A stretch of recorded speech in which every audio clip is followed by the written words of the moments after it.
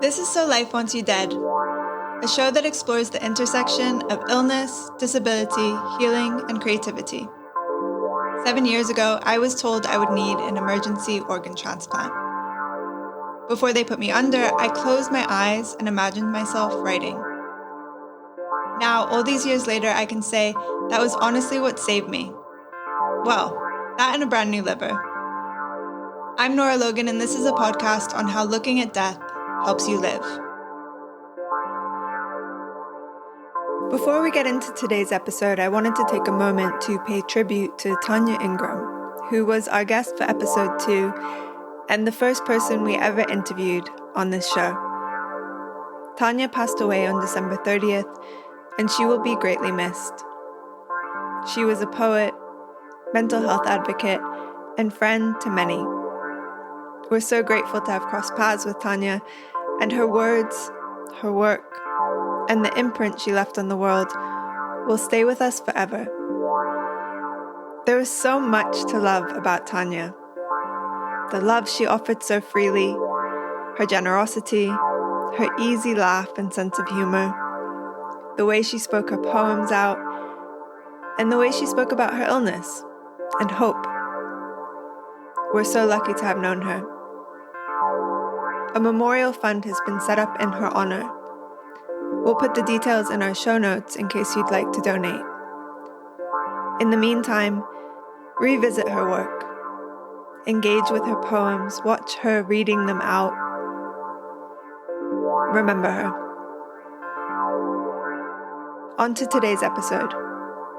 Today we are joined by Matilda Ibini. Matilda is a Nigerian Londoner and an award-winning bionic queer playwright and screenwriter who has limb girdle muscular dystrophy. Their work often centers women, disabled people, queer people, and the Black British experience seen through a magical realist lens. In this episode, we talk about their work as a playwright and screenwriter, what it was like to grow up with LGMD, their creative process, and their play, Little Miss Burden. Here's the conversation. Welcome to So Life Wants You Dead, Matilda. Thank you so much for being here with me today. Thank you for having me. So you have limb girdle muscular dystrophy, which started to become apparent with some physical impairments when you were 5 years old. Can you tell us a bit about your condition and what your road was to diagnosis? Yeah, I'll try and give like a summarized version. Because the real journey was about 8 years long. So I'd later find out that I've probably always had muscular dystrophy and that the first 5-ish years of my life, it just took a while for symptoms to present themselves, but I probably have always had it. Muscular dystrophy is an umbrella term to describe, at least to my knowledge, at least 60 types of muscle weakening and wasting conditions. And the type that I have is limb girdle muscular dystrophy. So the particular type I have is a disease that affects predominantly your girdle muscles, so your shoulders and your hips, and probably your core muscles. So basically any muscles that help support limb function. And so if those muscles don't work or are affected by this disease that's making them waste away, then you have very limited control over your limbs. And so, symptoms presented themselves when I was 5. For a long time, not going to lie, people thought I was faking it, putting on for attention. So the most obvious symptom that I had age 5 was that I walked like a ballerina. Like I walked on my toes and my heels never touched the ground until I had surgery age 13, 14. So I walked on my toes, which also then, as I grew older, forced me to kind of lean forward. So kind of develop something that looked like a hunch. Actually, it did deteriorate quite quickly in the sense that I was losing the ability to get off the floor, especially as a child in the UK. We had lots of assemblies on the floor, so you'd have to get up, and I'd struggle to do that. Then they put me on a bench, and then the bench was too low, so I'd struggle to get up from that. And then they put me on a chair. The chair's still too low, and I'd struggle to get up from that. So there was kind of a clear deterioration as I was getting older. By the time I was 11, 12, when I started secondary school, it was very more pronounced. Like you could very visibly see that I had a limp. I struggled to climb stairs. I was really wobbly. Like I always looked unsteady on my feet. Meanwhile, I was having tests, loads and loads of tests. I was being referred from hospital to hospital because they were like, we've done tests and we found we don't know what's wrong, but we can see there's something wrong. We're going to refer you to this hospital. We don't know what's wrong. We've done our tests. We still don't know what's wrong. We're going to refer you to this hospital. And eventually I was referred to a pediatrics neuromuscular clinic where there's very few. I think at that time there was only 2 clinics in the whole of the UK. Wow. Because neuromuscular conditions are often so rare. So then when I was formally diagnosed age 13, they were like, one of the first things we can do is a tendon release, which is to cut the back of my tendon so that my heel could touch the floor, because my heels had not touched the floor since age 5. So they were like, that's one of the first things we could do. However, myself and my mum misunderstood that as thinking that was the cure, that if my heels could touch the ground, then all my problems would be solved. And then after the surgery, little did I know that isn't a cure. It's mainly just to alleviate pain and not cause other kind of spinal injuries when your legs are not forming in the way that they're meant to. So I remember having to go back to school after this really major surgery. Wasn't in school for a good 4 or 5 months, and coming back to school and everyone else thinking it was the cure as well, and then being like, oh, so you still can't do that? Oh, you still can't do that? Oh, you still can't do that? And it's like, yeah, but my feet touch the ground and I can wear shoes that are not orthopedic or specially built, kind of thing. So it was hella disappointing. You were 13. Yeah, and this is in the play. Cruelest. I know. Yeah. I know. And in the play, it's so beautifully articulated that you paint that picture. So it's confronting, but it's also your experience of it is so beautiful in a way, like when you wake up from the surgery. And what I don't want to give too much away because I would love people to listen to it, but what the voices of your condition tell you and how you talk back to it. Can you speak a little bit to how you, Matilda, when you woke up from that surgery and then how it felt in that moment to sort of come to that realization? Yeah. So when I woke up, my casts were bright yellow because my mum knew that was my favorite color. So she'd already picked that out for me. So they were very obvious, and they were from my knee to my foot. So they covered my whole leg. So I didn't get to see my new legs, as it were, for a good, 4 to 5 months. And there was a lot of hope as well. The physios were really optimistic about it, which is kind of what still brought into that thing of that this is somehow the cure, because I was being taught to use a walking frame with the cast, that Matilda having cast shouldn't stop her from walking. So we need to make sure we don't lose the muscle function, and that when the casts eventually come off, you'll be ready to start walking again. And yes, the surgery was successful in the sense that my heels touched the ground. I was able to walk a bit more, with a bit more control, and it wasn't causing back pain anymore. And I wasn't hunched over when I was walking. However, the weakness was still there. Not, all the things that I couldn't do before, I still couldn't do. And I wasn't going to figure that out until they took the casts off. And that's when my legs were really, I remember being because I was 13, I was like, oh my God, my legs are so hairy. Yeah.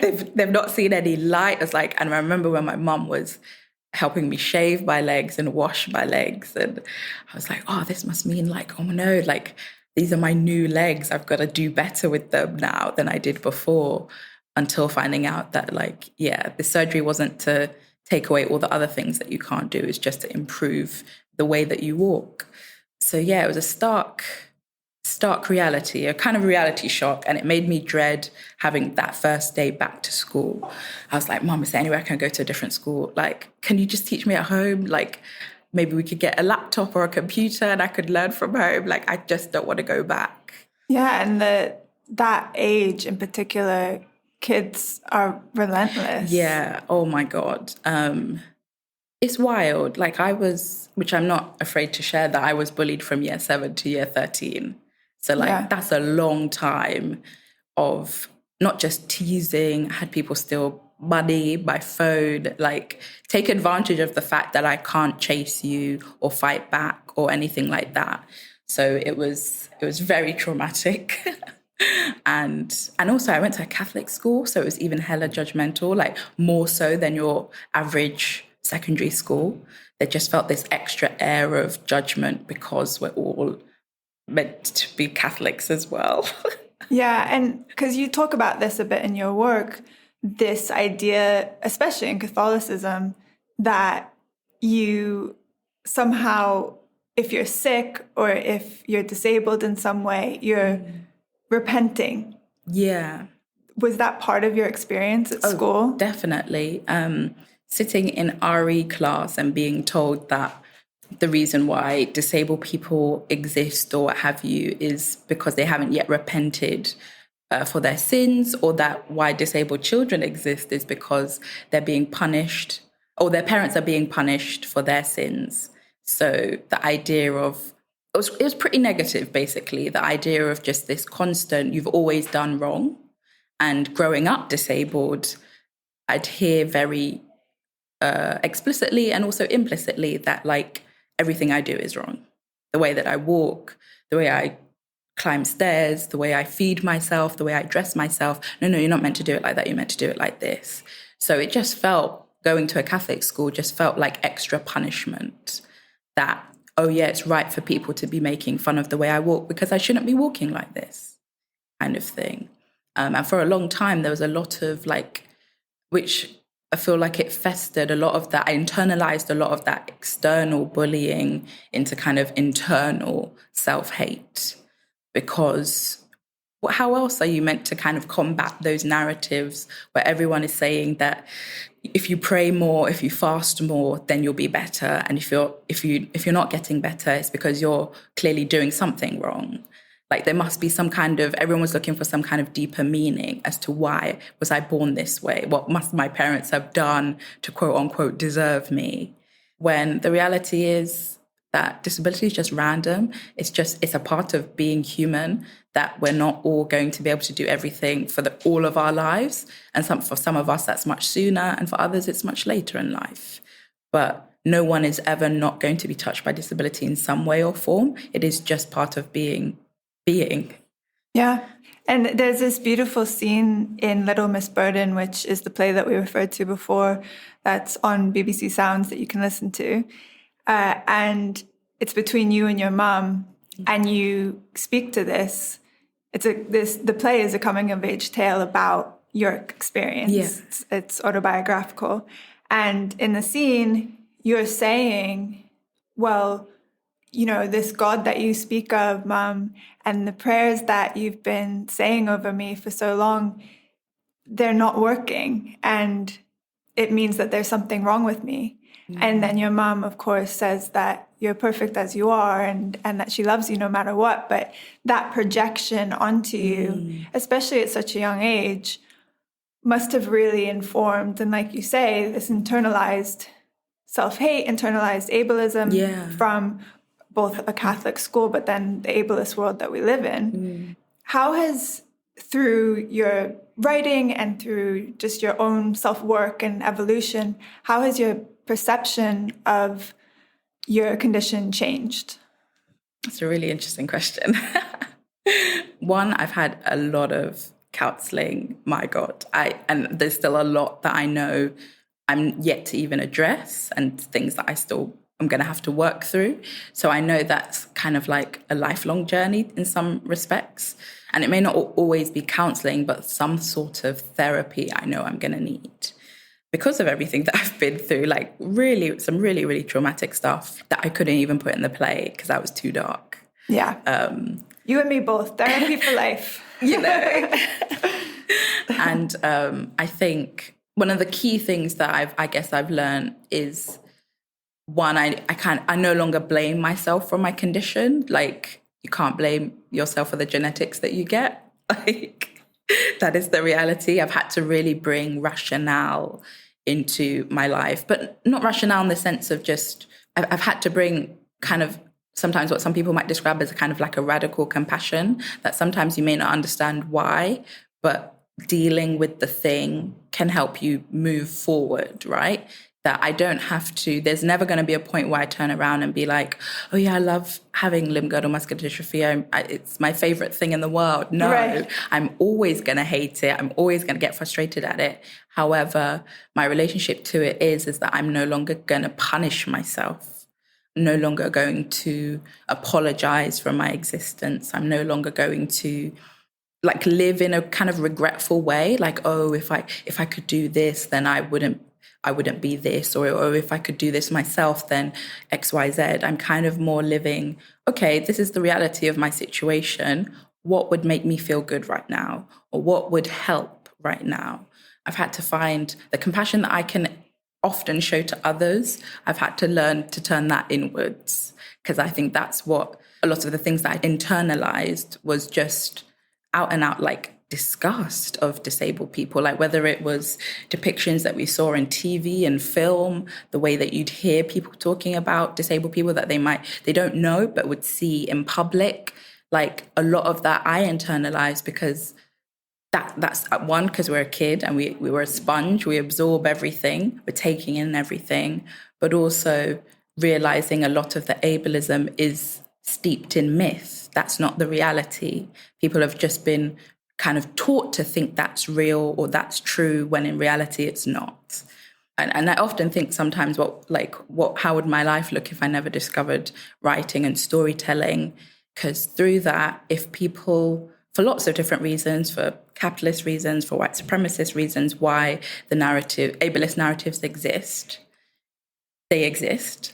So then why couldn't I come up with stories that countered those and make those exist?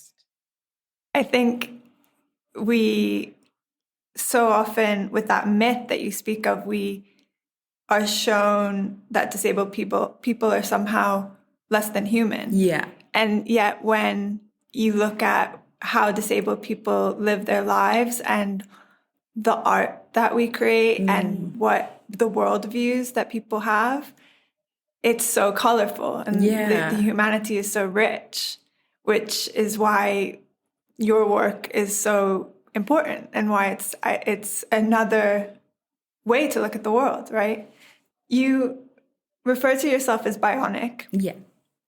And you write, I adopted the term bionic when I became a full-time wheelchair user and had metal implanted into my leg after a traumatic fracture. Even though the term encompasses my experiences from birth, that I've always needed some form of technology, equipment, or adaptation to live. Can you talk a bit more about the origins of this brilliant term? Yeah, thanks. I definitely did not coin it. I'm pretty sure I've seen other people, other disabled people describe themselves as bionic or cyborg-like, which I thought was really cool. And also as a kind of fan of sci-fi, I kind of like to think of myself as bionic. But it really came for me, like the clarity of that word came to me when, during a stage where now I'm becoming a full-time wheelchair user, which was really scary to me at the time, actually, because I have been able to walk at least most of my life up until age 25, 6. And yes, slowly, and yes, with a lot of difficulty and with a lot of pain. But that's the only way I've known to exist. And so now all of a sudden I have to use a wheelchair full time, and that's not how I've existed previously. So it was this massive adjustment, and I just kept going back and forth of kind of like, I guess, fearing what will happen, what will the world be like if I can't just one day get out of this chair and climb some steps, or, oh, that place isn't accessible, but I can still climb steps to get in. So it felt like this real change to my way of life, that I'm no longer going to have that option. If something isn't wheelchair accessible, I can't go there, I can't participate or what have you. And I was having a conversation with a friend who was like, well, you've always been somewhat part woman, part metal, and now you've got it physically in you. And even though she said it in a really joking way, it kind of stuck with me, because I was like, wait, hold on. I've always needed walking frames, crutches, leg splints. I've lived a very bionic life. Without those adaptations, I would literally not be able to move, let alone do all the things I've been able to do. So it was kind of like an acknowledgement that I'm bionic, and also the work that I make will always have some kind of bionicness to it, because my work is always informed by my experience, even if I'm not specifically writing about my experience. And I guess it also kind of makes me think of when, I still identify as a disabled writer, absolutely, but I would never describe my work as disabled or even disability-led. It just is. And even if I'm not always explicitly writing about disability, my work will still be informed by it because that's my lived experience. So I kind of liked using the word bionic to describe the influence, the common denominator in all of my work, which is being physically disabled. It also I'd be curious to know what you think about this. Because your work is also, there's a lot of magical realism in it, it flows and weaves in really nicely with the idea that it's bionic. Yeah. Is that, do you think about that when you're working on things, or is it sort of mutually exclusive? A part of me feels like it is mutually exclusive, that my imagination has always been very vivid, very expansive. So the way that I think and interpret things in the world is often in some kind of magical realist way. It almost feels like the default in my work. But that's really interesting from I guess an outsider perspective, how that could weave into my bionic experience. Yeah. Well, to go back to your play Little Miss Burden, this is, like I said, a coming-of-age tale that brings together 90s nostalgia, your Nigerian family, growing up in East London, and Sailor Moon, which really spoke to my child's heart. And it tells the sometimes tricky, often funny truth about growing up with a physical impairment. And I was telling you earlier, I've listened to it twice now, and it's such a funny, beautiful piece of work. And I also already told you this, but I love the way you bring in so much amazing 90s music into it, and how you weave in Cleopatra Coming At Ya over and over, which I loved. And also how you go between family life, being a Londoner, being with your Nigerian family, the hospital, and also being at school, which we already talked about. I'm curious to know, when you were in the process of writing this play and then putting it up on stage and then having the recording done for BBC Sounds, did you find that process cathartic? Because it was so closely linked. You talk about your sisters and your mother. They all have massive roles in the play. Yeah. I'd say in the beginning it was very cathartic when I was just writing it and wasn't aware that it would one day get programmed, or wasn't aware that it would one day become an actual production kind of thing. I think when you're just writing and it's just you and the words, that's where a lot of healing can happen. I think what some of the difficulties I faced was when I realized, this is going to be put in front of an audience. My family's going to see this. Do I want to be dragging these things up that I've long buried, or some things that I've not even yet processed? One of the tips I always advise anyone writing autobiographical stuff is, if possible, have some kind of mental health support in place, because I was, during the process of, not when I first wrote it, but when I realized that when I was starting to write it for performance, that I knew that this was going to be on stage, is when I started seeking mental health support, because dredging up a lot of kind of trauma, and that's the thing as well, I was very conscious that I'm not just writing a play about tragedy, that I'm not saying being diagnosed with a condition or any kind of long-term chronic illness. I'm not saying that there's only pain and suffering after that. I wanted to show that there is light, there is hope, but there is life after diagnosis, right? And I think during that process, I was having basically nightmares. I was having all the stuff that I'd long buried or didn't want to think about or address started coming up in my dreams. And I was talking about this with my counselor at the time, and we were kind of unpacking things. But she also helped me remember that I don't have to put anything in the play or on stage that I don't want people to know. I actually unlike the things that happened to me, for the sake of telling this on stage, I can actually edit. I can take stuff out. I can not have things go a certain way. I don't have to be 100% factual to what actually happened, especially if that's to protect myself. And that was really freeing. And it was great to have a space where I could have those kinds of almost sometimes like debates with my inner self about, why should we put this in? Or is this too traumatic? Or actually, I personally don't want people to know about this. It's none of their business kind of thing. I think that's where some of also the catharsis could have come through as well.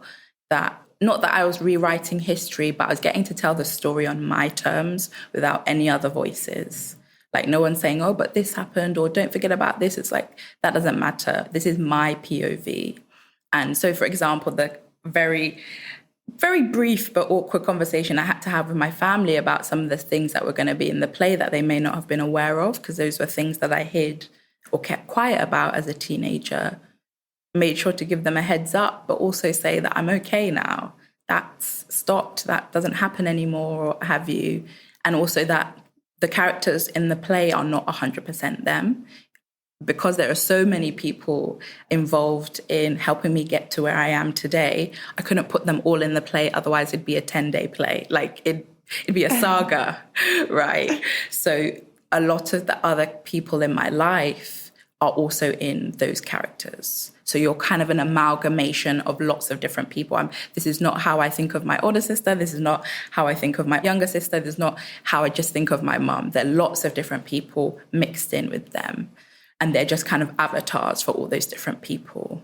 And I also have a younger brother, and he was a little bit pissed that he's not mentioned in the play. But I was like, don't worry, it was about girl power, and it worked and I really like that you picked up on the kind of 90s stuff, because actually growing up Black British in the 90s, a lot of where we saw representation for ourselves wasn't UK television, other than Cleopatra. It was mainly actually in Black girl bands. It was in the American Black girl bands, the Destiny's Child, the 3LW, the TLC, the Sugababes. They were in lots of different girl bands that we were able to see ourselves represented when we often didn't. Yeah, I love how Sugababes comes up too. I so identify with that, because I'm currently working on a book myself. Of sometimes I'm in the process of writing it, and it'll just feel like it's too much. And also, I've had to make some really cutthroat choices, because, like you, if I wrote every character into every single person who's helped me, or a community member, friend, family, whoever it is, social worker, then it will be like War and Peace. No one will want to read it. So it's interesting to think about how we have to make choices when telling our story to make it more accessible to people. Yeah. And also it speaks to how complicated the experience can be, right? And also how full. Exactly. And I think writing about ourselves, like, that's often the place to start for any writer. Like, it's not to say that you have to write about your most painful things that have happened to you, but more so, what are your experiences of this world? Because we're all stuck on this planet. So when I'm going through this, what are you doing? What's happening for you, kind of thing. At the end of the play, you shout out your disabled fam and list a bunch of different rights that disabled people have and should have that have yet to be written into law. Would you be open to reading some of those rights for us from the end of the play? Yeah, I'll give you like an abridged version just because it is a very long scene. Yeah, great. So this is from the scene Rubble of Rubies, which is the very last scene of the play. So it goes, lights up, we're not performing now, we are in the real world, and there are things that need to be said. And throughout this scene, it's a combination of the main character, Little Miss, her older sister, Big Sis, and her younger sister, Little Sis, kind of reeling off all these different rights. So I'll just give you a kind of short snippet. There are rights that have not been written into law yet for people like me, but we know them to be true and just. They may well never be written into law, but they do exist. These rights are yours and you must defend them. But you don't have to do it alone. These rights must be protected. These rights must be uttered. These rights must be heard. You have the right to remain loud and proud. You have the right to take up space on a bus, on a train, on a plane. You have the right to a world built for you and not against you. You have the right to choose your bedtime. You have the right to choose a lifetime. You have the right to just choose and not apologize. You have the right to create dreams, to plant seeds and watch them grow. You have the right to find yourself, feel yourself, see yourself, demand more for yourself. You have the right to just fucking be. You have the right to just fucking be. You have the right to just fucking be. Thank you for reading that. I think I myself have really struggled with this idea that I'm supposed to somehow perform. I'm supposed to feel grateful. I carry guilt with me. And I've had people even say it to me. I've been crying before in hospital, and I've had someone really well-meaning say to me, your tears should be grateful tears. God is good. Can you talk a bit about this right to just fucking be when the world is telling us we have to be a certain way, or we have to be grateful for the treatment we have, or the support we have, or just, whatever it is that's being kind of thrown at you in whatever moment. How do you grapple with that right to just fucking be? Well, firstly, I'll be honest that I still get the guilt. I still get the grateful comments. I still get the, you're so lucky to have been born in this country. All of that, and I hope one day people, depending on where people are on their kind of journey with disability, that one day, I don't know if it comes with age or something, or with counselling or something, that there will come a time where you realise it's all just bullshit. Yeah. That actually, you don't need permission to be disabled in this world. People just are. You're born like that, or something happens later on in life, and then you become disabled. So becoming disabled is never a choice. Therefore, why should I then need to be grateful for things? We are so, even as the human race or whatever, all that kind of stuff, we're so diverse anyway. There is no one way to be.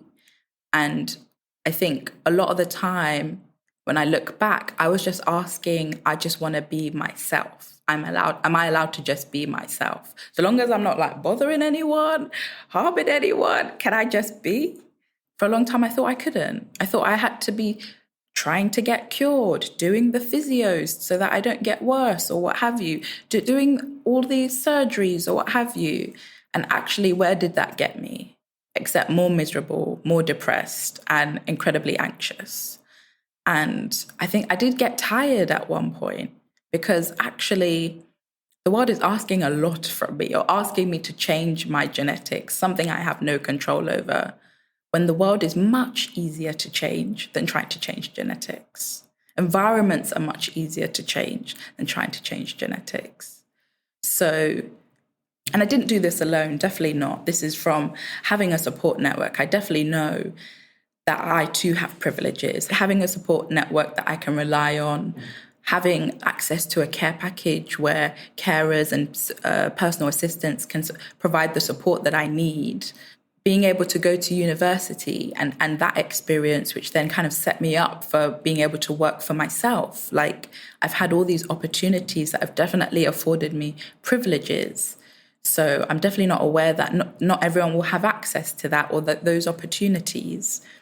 But I think it feels like a culmination of a lot of things that have come together that I've just realized I cannot fucking change my genetics. I couldn't back then, and I'm not going to spend the rest of my life trying to now. But what I can change is that there are so many things. This world is big enough to allow me to just be. This world is fucking massive. That me just staying the way I am is not hurting anyone. I love that. As you were talking, I was thinking about how I've had to really cultivate that guilt that I carry around with me too, cultivate that don't give a fuckism type thing. And it's a daily reprieve. You just have to keep going back to it, because it doesn't just show up one day and say, oh, you're guilt-free now. It's like it takes work to really to get to that place. Yeah. It's not just you wake up one day and you're like, oh, cool, I'm good. Even though I didn't really understand it back then, but I definitely understand it now, that I didn't realize that I was diagnosed with something that was going to be so long-term, that like, this is for the rest of your life, right? And rather than, and it almost felt like sometimes I used to think, I wasted so much time just not being, I wasted so much time trying to be someone I could never be, which is a non-disabled person, when actually challenging those kind of internalized ableism, or having the space and support to do so, meant I realized that I could still be a great sister with muscular dystrophy. I could still be a great friend with muscular dystrophy. I could still be a great partner with muscular dystrophy. That none of having muscular dystrophy didn't take away from any of those things, unless I let it to some extent. Because actually that's something about myself that I can never change. It's a permanent thing. So why would I spend so much energy trying to do what scientists are apparently, have spent more long before I was born trying to find a cure for this thing, when actually my energy and time is better spent being a good friend, a good sister, a good person in the community. And speaking of your sisters, I love the relationship between the sisters in Little Miss Burden. How is your relationship with your sisters and your brother today? We're very close. Yeah, like I'm second oldest so there's four of us. And we're very close for like four siblings with quite big age gaps. So my older sister is like 5 years older than me. My younger sister's 4 years younger, and my younger brother's 7 years younger. And we have each other's back for sure. They are kind of like they had to become my best friends, because when you just have siblings, you're just like, oh, you're going to be in my life forever, and there's nothing I can do about it because we're related. But actually, we've become like, they are my best friends because of everything that we've been through together in many different ways. And also, they've probably learned a load about muscular dystrophy by having a sibling with a disability. And I'd like to think they've also learned how to care for someone, or rather they learn about caring from a very young age. And maybe that might make them better partners when they find whoever they're looking for, kind of thing. That actually they know how to care more so because they've had to care. They've all had a hand in my care at some point. Speaking of caring, you've spoken before about your mum and how she was your carer and then transferring out of her care and living on your own. And also she features so heavily in the play. Yeah. She's this incredible Nigerian matriarch. How has both that shift to being more independent been on both your relationships, like for her but also for you? Yeah, I mean, it's been scary for both of us. Like she didn't want me to move out, and also a part of me also didn't want to move out, but I had to, because the house that she lived in was so inaccessible and my condition had progressed to a stage where I really needed a wheelchair. And if it wasn't for a very supportive and like a physio who went above and beyond her pay grade to help me make sure I got on the housing register and checked up on me and things like that, because her big thing was that because my mum has so many stairs in the family home, one day I could fall when no one is about and I might not get up again, or I might not be the same when I get up. So that really made it apparent that, actually I don't want anything to happen so bad that I'm a different person. So that really made it apparent that I had to move out. And that whole process, like I feel like that could be an entire podcast series in itself. You'll have to come back. Of moving out and, the housing crisis in the UK and also the care worker shortage in the UK. That's a whole other series. But what I can say is that I feel our relationship definitely improved because I moved out. Like, it is a lot for a single mother to be to also be my full-time carer, as well as raising my younger siblings, and be working full-time as well, did start to put a strain on our relationship, and it did start to put a strain on the household, because actually my condition requires constant maintenance, constant monitoring to some extent. That would have only been possible if she gave up work, but she still got 2 younger kids to raise. So it was kind of, again, another privilege of being able to move out into an accessible home. It's not always been easy trying to get the care package that I need or the carers that I need, but it was definitely worth the fight. It was definitely worth the journey, because now my mum just gets to be my mum and not mum and carer. And I know for some people that might not ever be an option, actually, but hopefully there are ways to be able to maintain those familial relationships where they just get to be family. They don't have to, like, they're clued up on how to care for me when there are emergencies or if we go on holiday or what have you, but actually that's my carers' jobs. Yeah, it changes the relationship back to sort of familial dynamic. Exactly. And I remember when I first moved out, and my mum would call me like every day. How are you? Are you okay? Have you eaten? What time? Like, what are you doing? That kind of thing. And there would be times where I did need her and she was at work and I would just have to wait. But thankfully those days are long gone. But, you know, there had to be that adjustment where it's okay, Mum, I'm okay. I'm in my flat. I'm in the safest place I could be. And it's accessible. There are no stairs, nothing to trip me up, that kind of thing. So it kind of helped us both grow. And now she feels, which also makes me feel good, because I know I'm very aware growing up that I scared my mum a lot. Like, my condition scared her, which is what I also put in the play. Yeah. I just feel like I'm quoting my play. As you should.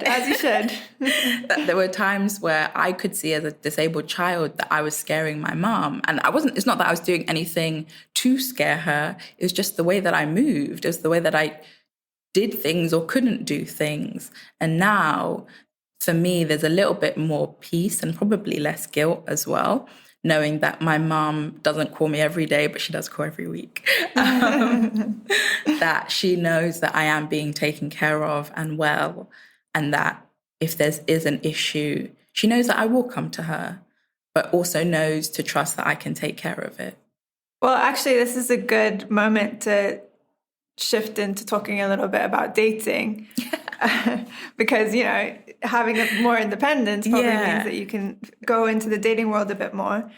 And your microplay, Head Over Wheels, yes, it takes a comic view on dating as a disabled person, and I loved it. Thank you. Can you talk a little bit about how you came to that project?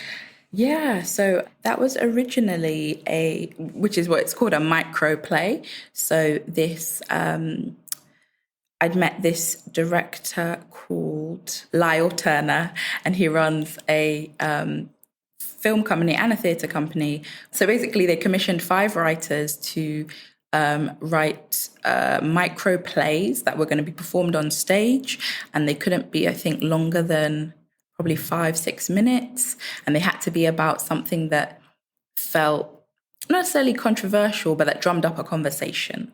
And I remember thinking about, I don't even know how I came to Head Over Wheels, but I just remember thinking I'd not often seen disability and rom-coms. Like, why haven't I seen that? And if I have, it's usually from a male perspective, and it's usually from a straight perspective. Mm-hmm.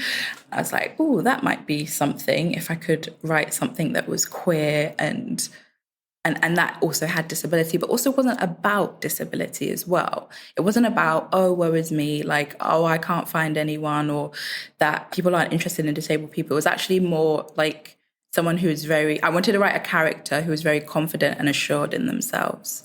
And I think that's where it came from. That really comes across in it. The character is very spicy. Did it completely come from your imagination, or was it informed by experiences you've had? Yeah, I think a bit of both. Yeah. Where, I'm not going to lie, it's not that I'm not into dating, but like I kind of treat everyone the same. I don't often pick up on like clues if someone's flirting with me. I'm like, you're going to just have to say it so I know. Otherwise, I'm just going to treat everyone the same kind of thing. And I feel like often what I guess what I realized is often when it came to dating, people always want to put everything on the table. Like, oh, what is your, and I felt like that for a disabled person, I'm not, even if it was or isn't a date, the first thing I'm not going to do is just like blur out my medical history. Right. Like I'd actually like to get to know someone, even people that have become really great friends. It's probably taken a couple of hangouts before they've asked, oh, could I ask why you're in a wheelchair? Because actually get to know me as a person first. And I think with dating, so I guess what I was challenging is that sometimes non-disabled people use dating as a way to like just get medical histories, like, oh, so is it genetic? Can you pass it on to children? They're like, whoa, we've just met. Why are we talking about children and whether or not if I can have them or if, you know, they'll have the same condition as me? Like, yeah, actually dating should, in theory, work the same way for disabled people, that you're getting to know the person first. Should it really matter what their condition is? And unfortunately, in the kind of vain ableist society that we live in, everyone wants to know everyone's business. And I'm like, no. So I kind of, which is why the conversation that they have isn't about this woman. And actually, the woman, the love interest, walks up to her, to the main character, if she has a lighter, because actually those kinds of conversations do happen in real life. And then they end up talking about their past and things like that. And we don't ever bring up the fact that, oh, why are you in a wheelchair? Is that really any of your business unless we're going to bed? Like, really, absolutely, and truly, yeah. You do not need to know unless we're shagging. So I think that's kind of, where it came from. And I only had 5 minutes as well. So I was like trying to pack in as much as I could. And it's such a great conversation because it's not about disability. Yeah. It's about the humanity of both people in it. Yeah, disabled people get horny. We too want to date, want to fuck, want to do this. Exactly. Like, and I think from the outside, people often desexualize disabled people. Oh, and infantilize as well. So that, no, disability and sex should never meet or engage. And you're like, oh, your life is boring. Makes no sense. You know? So you touched on it before a little bit, but how you use humor in your work and how it functions in terms of kind of bringing some levity to what can be a heavy subject. Is it always intentional for you, or is it just your style? Is it just natural? I think I'd like to say really coolly that it's my style. But I also come from a very funny family and a very funny culture. Like a lot of Nollywood films that I grew up watching are hilarious. Like they use slapstick. Sometimes they're culturally specific. Sometimes they lean into stereotypes. So like, I guess to some extent, there's always been humor in the home and encouragement of humor. So it kind of made sense that it'd find its way into my work. And for me, I guess I'm very hyper aware about the narratives about disability. And it's not to say that I lean into comedy just for the sake of trying to counter those narratives, but the reality, like writing Little Miss Burden, the reality is, as traumatic as some of my childhood is, there are also some incredible moments and some real funny moments. And I feel like, and maybe it's even part of like a coping strategy, that when you go through really dark things, you often develop a dark humor. But I feel like a lot, if not all of my work has some kind of humor in it, just because that's how I see the world. And it's maybe also how I interpret the world, that there are often, yes, very serious, heavy things, but I'm also looking for light and searching for light as well, because I know personally that my life has not all been dark. So I often want to try and play with that balance of heavy and light, or dark and light.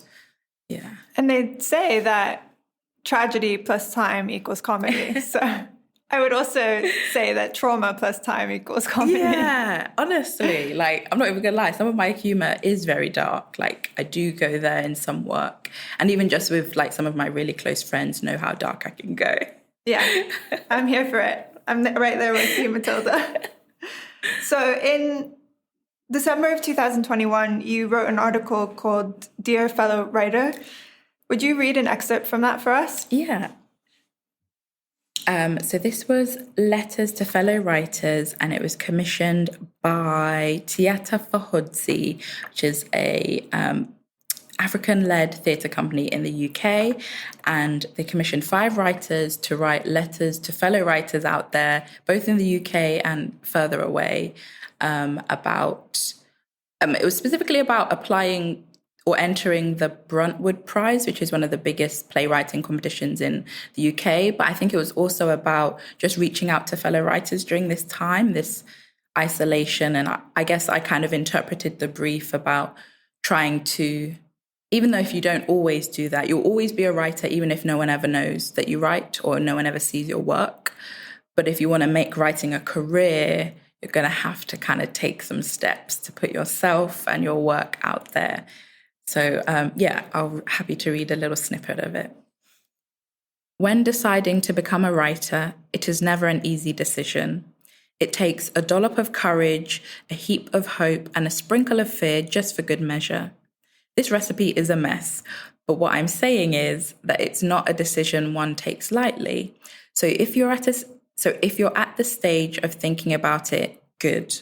You need thinking time. If you started to take tentative moves to writing or have started putting words to page, even better. It's never a straightforward journey. Irrespective of your reasons for deciding to go on this journey, at some point you'll come to realize that there are many routes in, but not all the routes lead you somewhere better or even different. So I thought I'd share some insights I've learned that may help, or not, you on your way. As you begin this trek, you will notice how some people in this industry get stepping stones. Some people get stepping bridges, whilst others inherit stepping superhighways, meaning your journey to becoming the writer you dream of is not impossible, but you will need to locate, dream, or create your own stepping stones. I'm curious to know where you are currently on your trek and how you create your own stepping stones. I love that. Some inherit stepping stones, super highways line. Yeah. Oh my God. Isn't writing elitist? Oh my God. Like, you spend a lot of time on your own writing for yourself, unpaid, before eventually finding some way to convince someone to pay you to do it. And then you have to do that again and again so that you can keep the lights on and bills paid and food in the fridge. Yeah. And I can't say that I've found the secret equation or I've nailed it, but I've certainly found stones that I'm still on and that are sturdy enough to keep me afloat. I guess what some things I'd suggest or have been suggested to in the past were, if you can find a local writers group, if you're interested in writing books, see if there's a local book club. If you're interested in writing plays, see if your nearest theatre has any kind of program or course that they might be that they might run. This is specific. I'd say this is more common in the UK, just because often if they receive any kind of public funding, that often means they have to have a kind of outreach arm. What are you doing to engage the public? And one way of doing that is having like playwriting courses. So there's that way. There's also the way that I used to do before in the fuller version of the letter, which is I spent a lot of time in the library, either reading plays or reading how to write play books, and just figuring it out. I think reading plays is a really great way. So like if you're interested in writing books, you should be reading books. If you're interested in writing film, you should be reading screenplays. If you're interested in writing for theatre, you should be reading plays. That's the first thing you should be doing, because if you cannot read or imagine or understand what's written on the page, you're going to struggle to then just go off and do that yourself. as opposed to like you can refer to different play texts, or like I really liked how they wrote this particular scene, or I really liked how they develop character journeys or what have you. So reading a lot in the medium that you're interested in is one good stepping stone. I was fortunate enough that I did a degree in creative writing and English literature, though we only had one module in playwriting and one in screenwriting. So I was fortunate enough that I did a degree in creative writing and English literature, but we only had one module in playwriting and screenwriting in the entire course. So I was very dependent on like finding programs that I could do that were either free or really cheap, or masterclasses or workshops.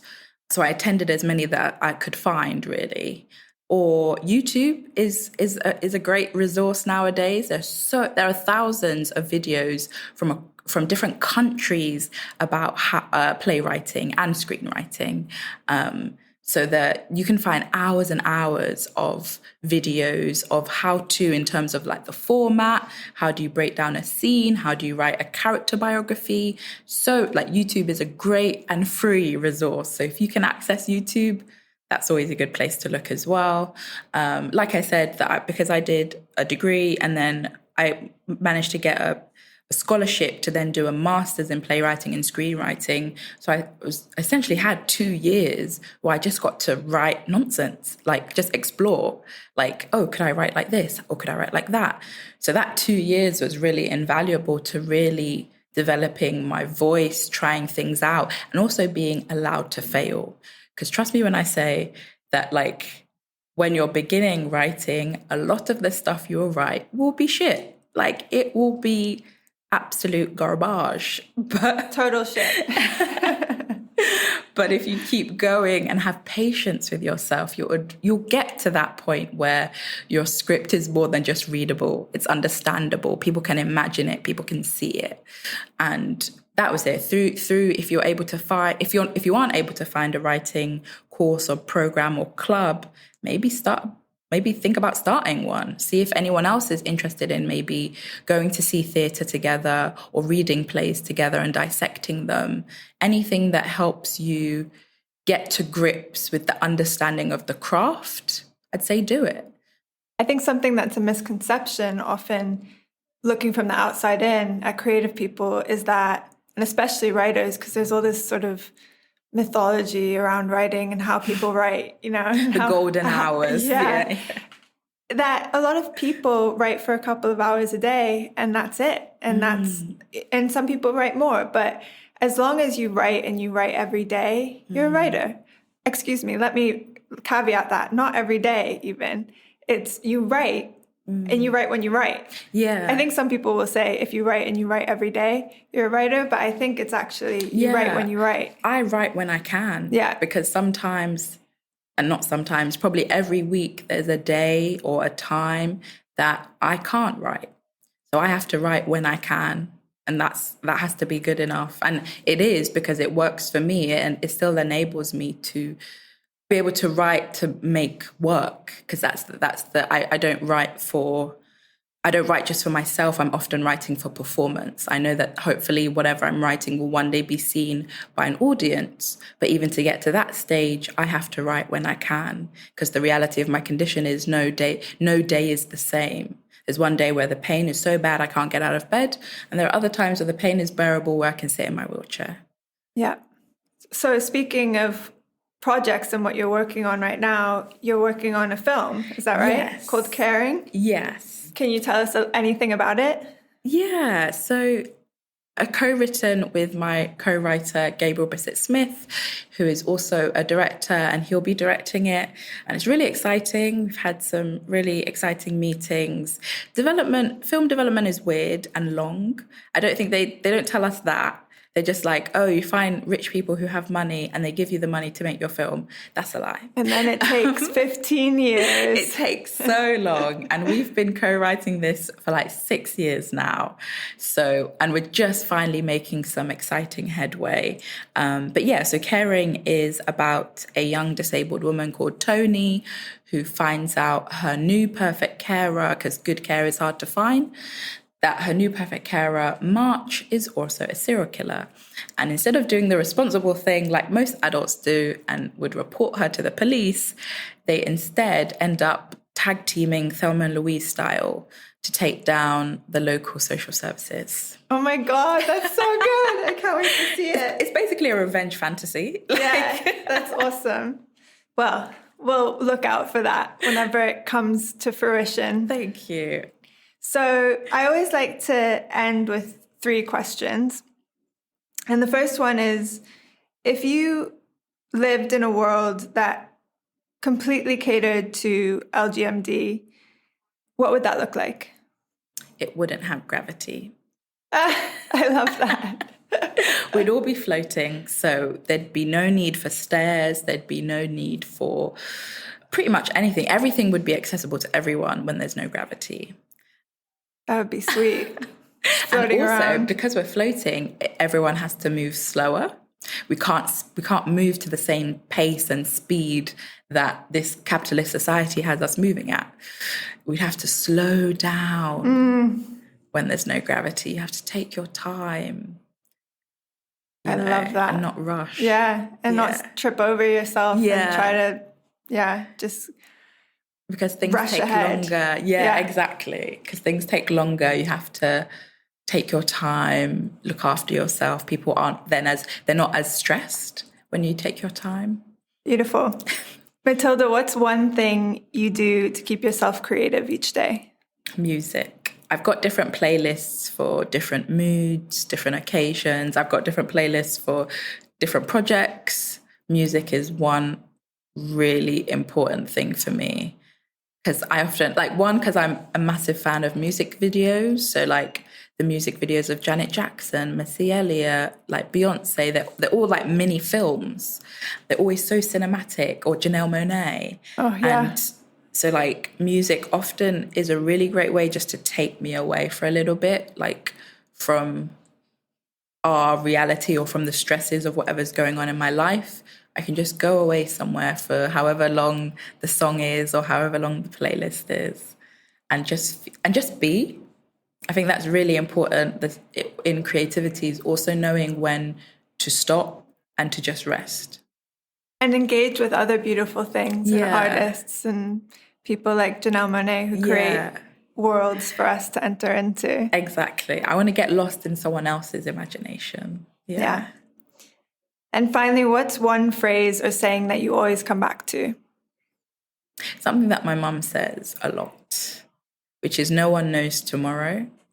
So even if I've had a shit day, a shit week, a shit month, maybe my mental health isn't great, no one knows tomorrow, what tomorrow may hold, what it may bring.